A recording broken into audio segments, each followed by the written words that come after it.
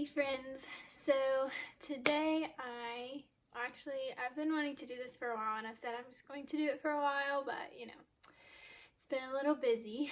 But I am so excited to be talking to you about this today because it is obviously something that I really love, and that is ultrasound, the career of ultrasound, which is also called sonography. You might hear me say that too. So I had you guys to send in some questions that you would want answered, and I'm going to take some of the ones that you sent and some just that I wanted to throw in there that I thought people may want to know and that people have maybe asked me a while back, or asked me, just in passing. So yeah, won't waste any time. We'll just go ahead and get started. So I'm going to start out with schooling because a lot of people ask me about the schooling. So the first one is, how difficult was the schooling? And this is such a hard question to answer because, difficulty level is so different for everybody. And I have to say, no matter what area of the medical field you go into, it's going to be difficult. I'll just tell you that right now. So I feel like each job has its own difficulty. So the first question was, how difficult was the schooling? Like I said, pretty much any medical job is going to be difficult in its own way. I feel like the schooling, it wasn't that it was so hard to comprehend. It's a lot of memorization. It's a lot to learn in a very short amount of time because what I have is a 2-year degree. It took me 3 years to do it just because of prerequisites and everything. But I think that makes college part of it difficult. And the program that I did was, it was no joke. They take it really seriously. They take testing really seriously. They really try to prepare you for boards. I would say if you still consider boards schooling, that's definitely the hardest and most stressful part. But that's for any, I feel like that's probably for any job that you have, is the boards. So, which I'll talk about that later probably. So, yes, I would say overall, yes, it is difficult. It is definitely doable if you work really hard and you take the time to do it. I can't tell you how many hours a day I spent doing homework and studying. And these stack of index cards, I might actually put pictures of the stack of index cards that I had for my finals my last year of taking finals. It's a lot of studying and a lot of memorization and a lot of dedication to get in the lab, get your hands on it, even if you have to stay late, to get people in there to let you scan them and practice on them because it is so hands-on. You cannot do it without being hands-on. So the hardest class, all of them were hard just in the quantity of information that you have to know. So the hardest class was probably, I would say my classmates would probably agree, was ultrasound physics. And it's super important to have good instruction when going through ultrasound physics. It's really important too because there is an ultrasound physics board that you have to take before you take any other board to get registered. You have to pass your ultrasound physics board. It's just a whole new world of physics because it's specifically ultrasound physics. You have to take a general physics before you take ultrasound physics, but the ultrasound it's much more obviously geared to what you're about to start into. It can be very hard. So I'll go ahead and talk about board exams really quick while I'm on schooling and everything. So the way that it works for sonography is you take your ultrasound physics class, you pass your ultrasound physics board, and then you can get a registry in whatever you're qualified to test for. So after I finished my program, I was qualified to test for vascular, OBGYN, and abdomen small parts. Abdomen/small parts. If you follow me on Instagram, you probably already know that I passed my OBGYN board first because that's what I love. I passed my ultrasound physics board before I started clinicals to get it out of the way, which I highly suggest. That way, through all of my clinicals, I could just focus on studying for my registry. So you do not become an official diagnostic medical sonographer until you pass a registry. So you can pass your physics and still not be qualified as a sonographer. You have to pass a physics and you have to pass one registry exam. My favorite area to scan in is OBGYN, and so that's the one I took first. Currently studying to take another one soon, but I will say registry exams are probably the most stressful part of the schooling. You just talk to people that have done it, talk to people that have already passed, and they'll tell you what they studied, and it helps a lot. It's really important to have a community of other sonographers and sonography students. It's really helpful to know somebody and make really close friends when you're in school, because they will be with you through the whole thing. And so I'm hoping to kind of be that for you guys. If you're going through any of these phases of being a sonographer, whether it's doing prerequisites, getting into the program, doing clinicals in a program, studying for boards, or actually getting a job, I hope to be able to just help you guys in any way that I can. And feel free to ask questions in the comments, and I will try to respond to all of them, because it's just so important to have people to help you. On to more of the actual job itself. So I got the question, what do you do in a typical day on the job? So this can vary so much depending on where you're working. And I will be speaking from places that I've worked, clinical sites and everything, just because that's the kind of experience that I have. A typical day kind of looks different everywhere. Example, when I worked at a women's and children's hospital, that's going to look completely different than when I was at a little small town hospital, that doesn't do a whole lot of pediatrics and all that. So a typical day can look completely different. And this can also vary with shifts. So day shift is going to be completely different than night shift or evening shift, because I've worked all three. The idea is the same, but the atmosphere is completely different. So I would say in a general hospital, you have several different kinds of patients. You have outpatients, inpatients, ER, and procedures. So the outpatients are the ones that are scheduled. So you walk in and you look at your schedule for the day. So, they have appointments, they come to their appointments, you scan them, they leave. Okay, so that's your outpatients. Then you have inpatients, which are the ones that are staying overnight in the hospital. Could be there months, days, weeks, whatever. Like patients in ICU, in med-surg, on labor and delivery, the ones that are actually staying in the hospital. So you have those that could pop up at any moment in between any of your outpatients. So then you have ER patients, which are always stat. You have to go do the ER patient before you do the outpatient.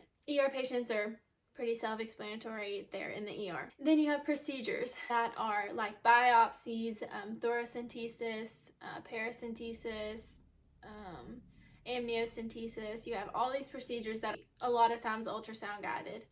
Those are pretty much always scheduled, so they would be on your probably outpatient schedule, but they do take up a lot more time. You have the whole sterile field, you have to get prepared, and it can just take a long time and be pretty time consuming, especially when you've got other inpatients to do and ER patients that are stat. It can get really chaotic sometimes. After each scan that you do, you write up a technical report. We tell the radiologist what we find. We don't diagnose. All we do is tell them, hey, this could be suspicious for this, because the radiologist has all of the modalities. All we see is what we see on ultrasound, but he has everything that he needs. Other CT scans maybe that patient had, or MRI scans, blood tests, he has all that information that he can use to diagnose, in the education to diagnose. We tell him our technical impression, what we think, and what we see. And this is where the importance of your job comes. This is probably the most stressful part about the job, is if we don't see it, the radiologist is not going to see it. So that's why you have to be so trained. And so we have one whole year of clinicals for 40 hours a week where we train and get our hands on and get experience and practice. And that's why it's so important, is because if we scan a breast, if we're scanning a breast and we go through the whole breast and we don't know what we're looking for and we miss a mass that could be breast cancer, the radiologist is not going to see that, and he's not going to diagnose that this patient may have breast cancer and that they need a biopsy to see.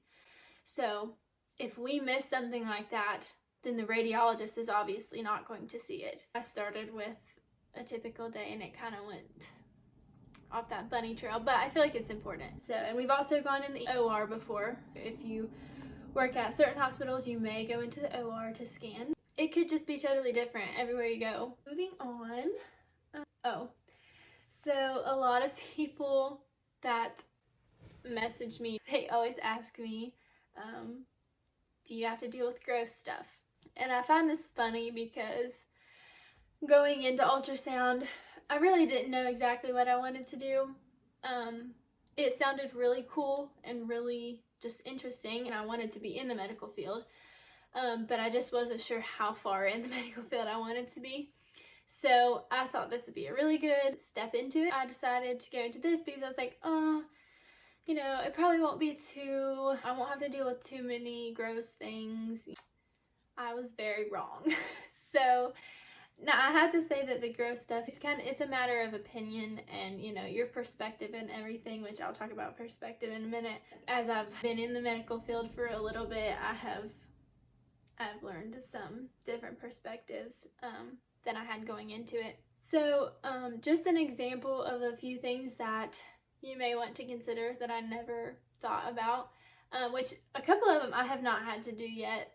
I've just heard of, like my friends in school, they had to do, and that is scanning an abscess and holding the container while it drains. So you scan the area of the abscess, and you just holding the container while pus drains into it. I would say vascular can get a little bit queasy, which you wouldn't think, but in vascular we scan a lot of legs looking for DVTs. So they have basically limbs that are all but rotting off because there's no blood flow to them.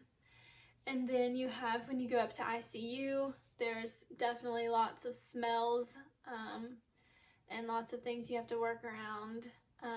Procedures can get a little bit gory. I don't want to like gross you guys out, so I'm not going to go into like super detail, but I'm just going to say, don't use ultrasound as an excuse to get out of gross things, because you will be surprised by the things that we have to do.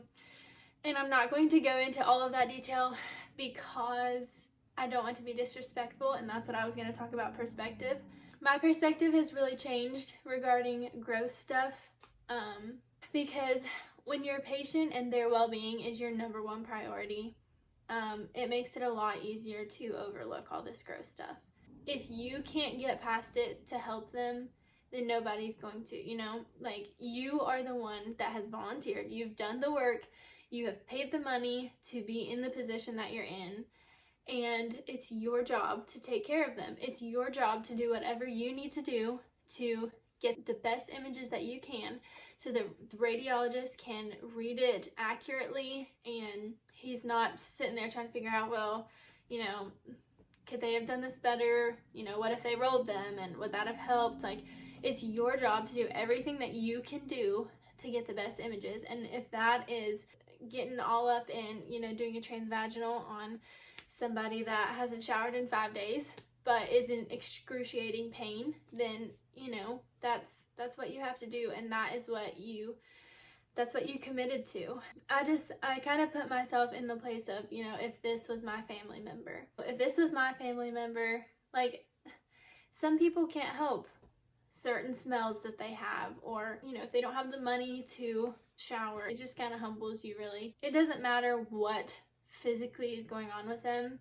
You have to figure out what is going on with them medically, and it's your job to be the detective to find what is wrong with them. So the gross stuff, I'm not gonna lie and say that it doesn't make me queasy. Sometimes it does, but the most important thing is that your patients are taken care of and they're not dismissed because of something that you think is gross. We do deal with a lot of blood, maybe not like a daily basis, but definitely weekly.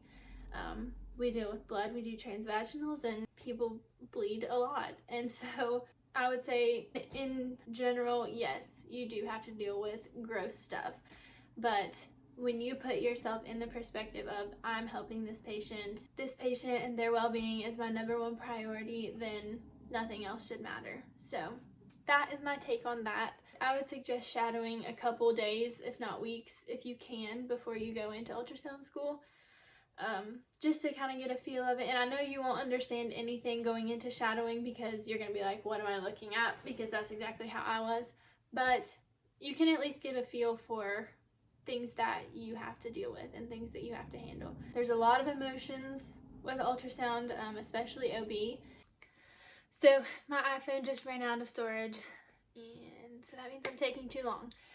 But it's hard when you're really passionate about it to just make it quick and simple, because it's definitely more than that. But I wanted to skip real quick because this video is probably going to be super long, and I apologize. I'm going to skip to salaries because I feel like that's probably what a bunch of people want to know. There's such a wide range. It all depends on location. Some depend on registries.